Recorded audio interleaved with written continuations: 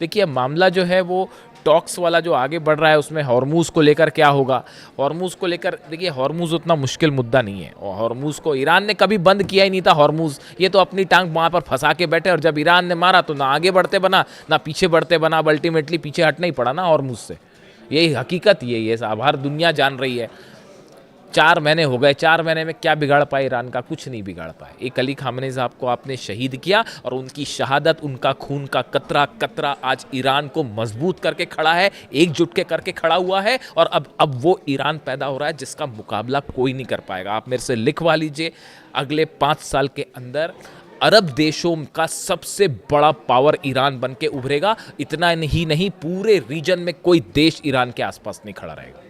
ये होने जा रहा है अगले कुछ सालों के अंदर, आप देखिएगा इस बात को। चाहे वो इकॉनमी हो, चाहे वॉर इंडस्ट्री हो, चाहे हथियार हो, हर मामले में अब ईरान को रोकना असंभव है, मुश्किल है बहुत।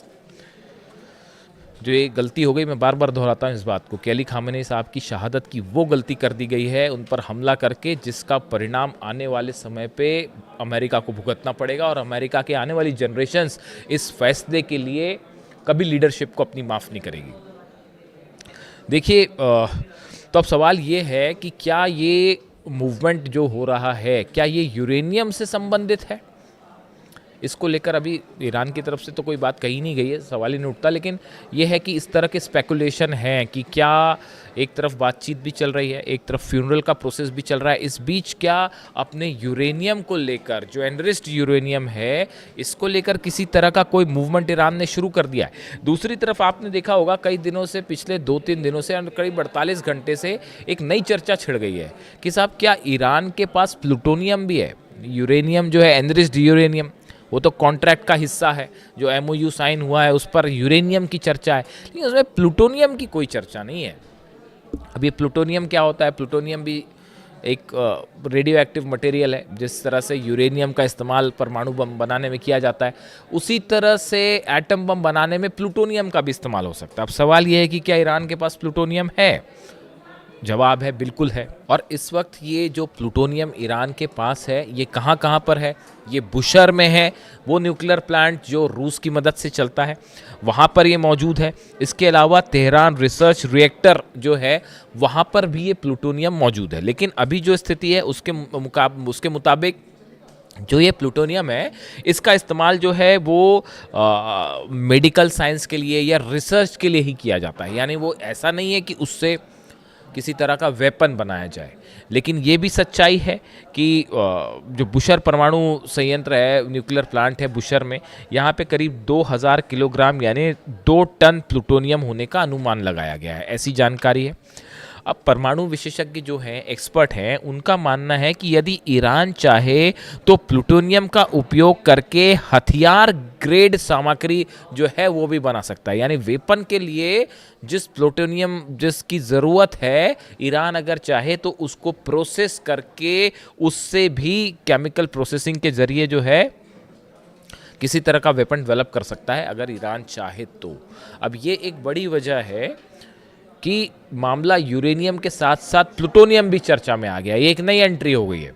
क्योंकि आप देखिए, सवाल ये है कि आप अगर जब ये डील का हिस्सा है, MOU का हिस्सा है कि भाई ईरान के यूरेनियम पर चर्चा की जाएगी, तो ऑब्वियस सी बात है कि फिर प्लूटोनियम पे भी सवाल उठेगा कि उसका क्या करना है। और वहाँ पर भी प्लूटोनियम है, भले अभी वो मेडिकल साइंस के लिए उसका उपयोग किया जा रहा है और रिसर्च के लिए उपयोग किया जा रहा है, लेकिन 2000 किलो के आसपास है वो प्लूटोनियम बुशर में। उसका क्या होगा? क्या उसको लेकर किसी तरह का मूवमेंट है? ये जो अभी नतांज और इस्फहान में जो मूवमेंट हो रहे हैं, जिसकी खबरें आ रही हैं, इसका कनेक्शन क्या कुछ शिफ्टिंग से है? इस तरह के सवाल उठने शुरू हो गए। अब देखिए, इसके साथ ही हॉर्मूज़ में मैंने आपको पिछले वीडियो में ही बताया था कि न सिर्फ हॉर्मूज़ में तो ईरान ने बहुत बड़ी ही तेज़ी के साथ अपनी फोर्सेस बढ़ा दी हैं पिछले 48 घंटे में। अब इसकी क्या वजह है एग्जैक्ट, इसका कारण क्या है? ईरान को कुछ थ्रेट है या हॉर्मूज़ में कुछ बड़ा होने वाला है, कोई इंटेल आई है, ये अभी वक्त लगेगा सामने आने में। लेकिन हॉर्मूज़ में बहुत तेज़ी के साथ सेना तैनात कर दी है ईरान ने। इसके अलावा देखिए, अगर हम इसकी स्पेसिफिक बात करें लोकेशंस की, जो ईरान की सेना के मूवमेंट आप देखें पिछले 48 घंटे के, जो खार्ग आइलैंड है उसके आसपास, अबू मूसा आइलैंड है उसके आसपास, यानी हॉर्मूज के एंट्री और एग्जिट पॉइंट पे बड़ी संख्या में ईरान की सेना के जवान जो है वो तैनात कर दिए गए। बड़ी संख्या में यहाँ पर नई बोट्स, जो छोटी वाली नई बोट्स हैं, उनकी नई तैनाती हो गई है। साथ ही जितने इम्पॉर्टेंट लोकेशंस हैं, ख़ास तौर पर मिज़ाइल लॉन्चर्स जो हैं, जो मिज़ाइल लॉन्चर्स हैं जिसको टारगेट किया अमेरिका ने, इनके आसपास डिफेंस सिस्टम तैनात किया गया है पिछले 48 घंटे के आसपास, यानी रीलोकेशन किया गया है। जो डिफेंस सिस्टम अलग अलग लगे थे ईरान के, उनको हटा के नई लोकेशंस पर लगाया गया है।